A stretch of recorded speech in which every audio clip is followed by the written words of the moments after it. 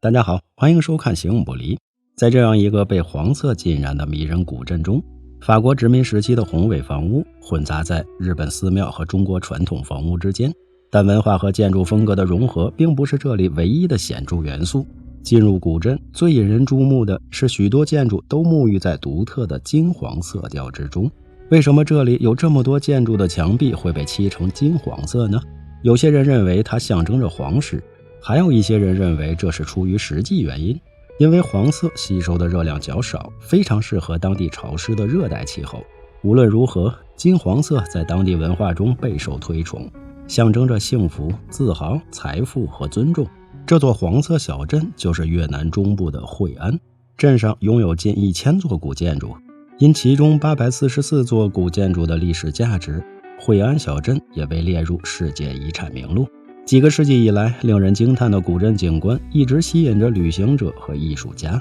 惠安就像是一个露天工作室，灯光和金黄色的墙壁为任何主题提供了完美的背景，不断给世界各地的游客带来惊喜和启发。由于其受保护的地位，古镇制定了非常严格的建筑法规，这也意味着它保留了17和18世纪的传统木结构建筑。原始的街道规划、运河、桥梁和无处不在的黄色墙壁保持完整。数百年来，这里基本没有太大变化。古镇的建筑设计独特，入口在街道上，而建筑的背面则通向丘盆河，方便装卸乘船运输的货物。惠安的宁静有着自己独特的魅力。在新的一天安静的清晨时分，能听到的少数的噪音之一就是人们打扫房屋和街道的清扫声。由于越南人大多从不在家吃早饭，当地清晨街道上的食品摊总是人满为患。尽管时代变了，但这里的很多东西都经受住了时间的考验。比如这些淳朴的商贩把篮子里的水果和蔬菜摆在街边供路人挑选，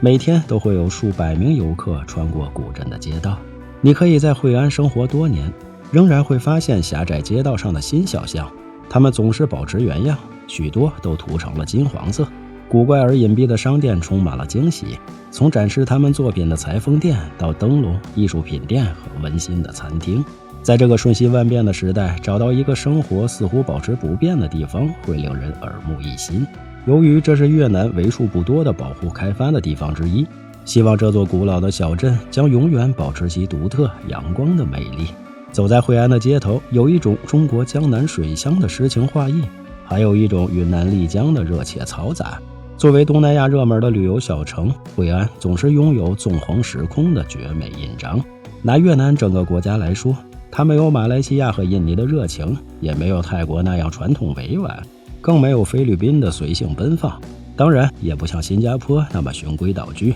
但对越南的一见钟情很可能会从惠安开始。惠安古镇的骨架是16世纪的，但血肉却是17到19世纪的。在世世代代惠安人的精心呵护下，如今惠安的容颜依旧清纯美丽。早在公元5世纪，惠安是古代占婆国的著名海港，名为大海口。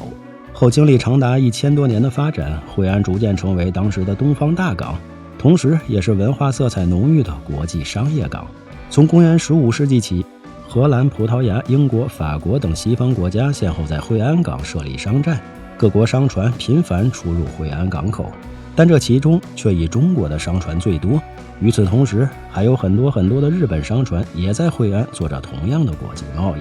发展到16世纪，惠安已经演变成了一个东南亚最重要的贸易交流中心。这座位于丘盆江江口的小镇吸引来了大量从中国来的华人、日本人、荷兰人以及印度人。由于在惠安经商的中国人及日本人很多，因此当局允许在这里分别建立华人和日本人居住的单独街道。中国人和日本人在这里按照各自的民族风俗习惯生活着。那时的惠安也可以说是一座被分割的小镇，就以这座横跨丘盆江支流的来远桥为界。这座来远桥也叫日本桥、日本石桥或日本廊桥，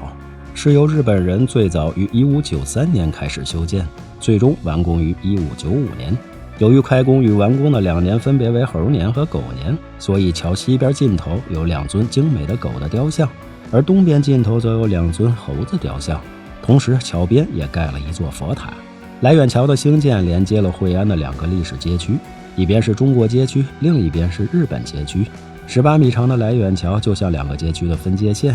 尽管后来该桥曾屡毁屡建，但形式基本没变，目前的样式可以追溯到1763年。作为惠安中心的一颗明珠，拥有400年历史的日本来远桥就像一块连接过去、现在和未来的作品，也是来到惠安的世界各国的游客必打卡的景点之一。早期中国商船来到惠安，带来的商品主要有锦缎、纸张、毛笔、铜器、瓷器、陶器、银器、金币、银锭、铅、铝、硫磺等。而从惠安购回的则是胡椒、糖、木材、香料、鱼翅、燕窝、犀牛角、象牙、黄金、蚕丝等当地土特产。后来随着商品贸易规模的不断扩大，许多中国商人就在惠安购买土地建造房屋，作为销售商品和收购货物的场所。由此，惠安也成为越南最早聚居华人的城市。据说古时中国人到越南除了海防，第一个立足点就是惠安。越南南方许多地方的华人也都是从惠安迁去的。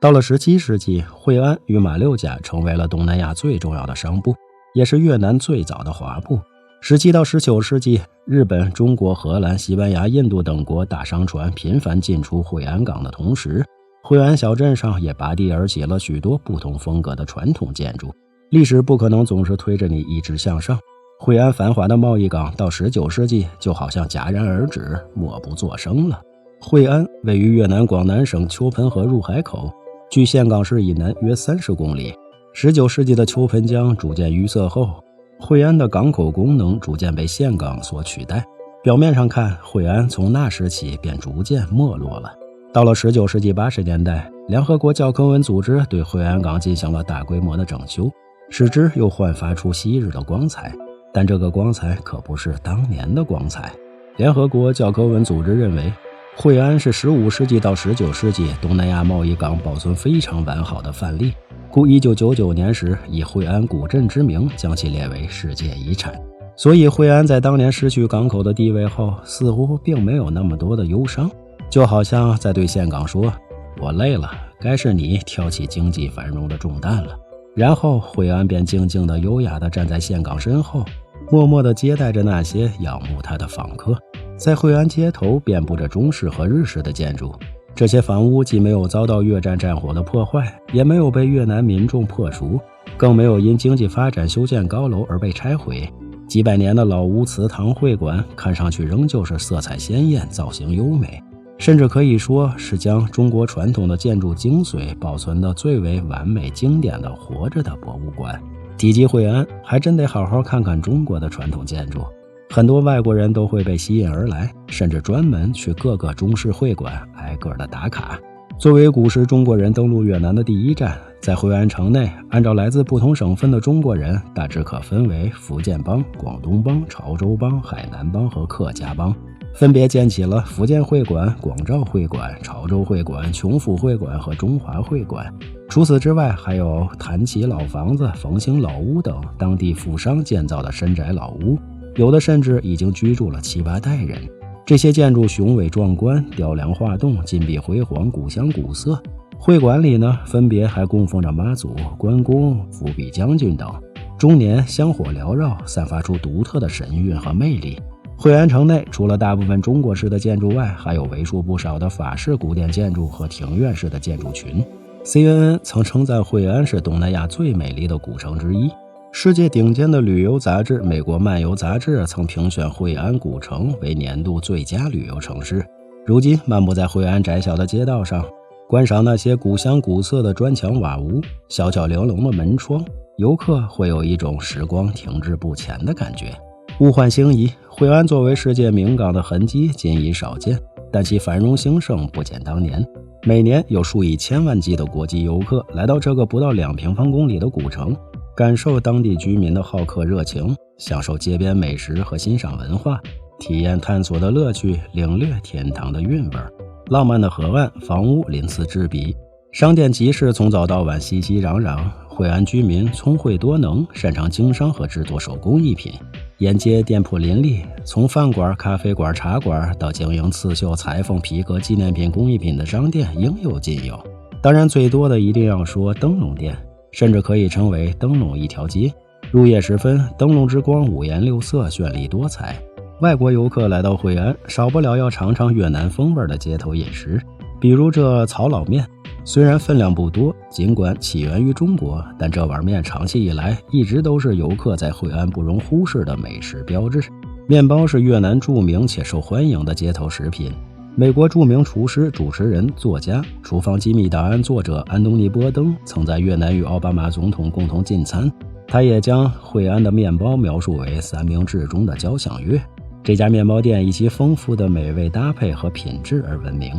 当然，人们还常说的是，在惠安一定要做一套西装，因为这里有越南最顶级的裁缝店。惠安的制衣和制鞋等手工业相当发达，从普通款式到新潮服装，从时尚皮鞋到皮包，都能满足游客的需求。如果你也想到惠安游玩，需要注意的是，惠安没有机场，也没有火车站，游客一般都是从岘港坐出租车、巴士或摩托车过来。惠安的老城区非常适合步行，晚上不允许汽车和摩托车上路，因此无需担心越南臭名昭著的交通状况。另外，惠安的气候一年大致可分为2季，旱季和雨季。雨季从9月持续到次年1月底，平均气温为20多度，不过雨季经常会发生洪水。旱季从2月持续到8月，降雨量少，气温高，但由于靠近海洋，天气也不像越南其他地方那么炎热，所以在2月到7月，也就是春季和初夏的时候，更适合在惠安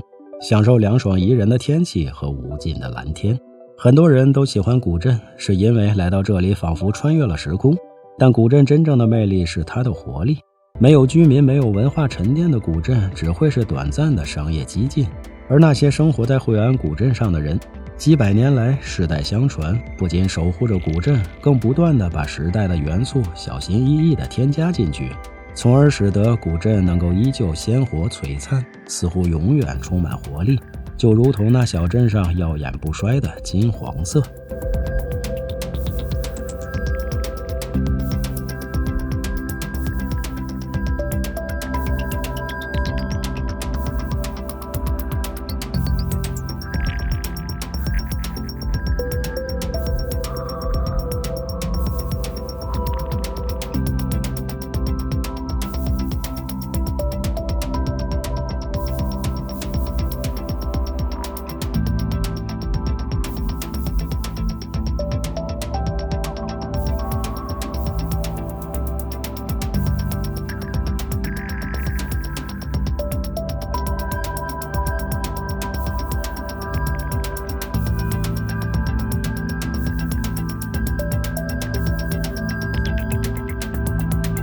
如果有兴趣，在惠安骑上自行车一定是最佳的选择，你觉着呢？来次旅行长一点姿势，有什么问题请留言或转发点个赞。最后别忘了下期内容更精彩，我们形影不离。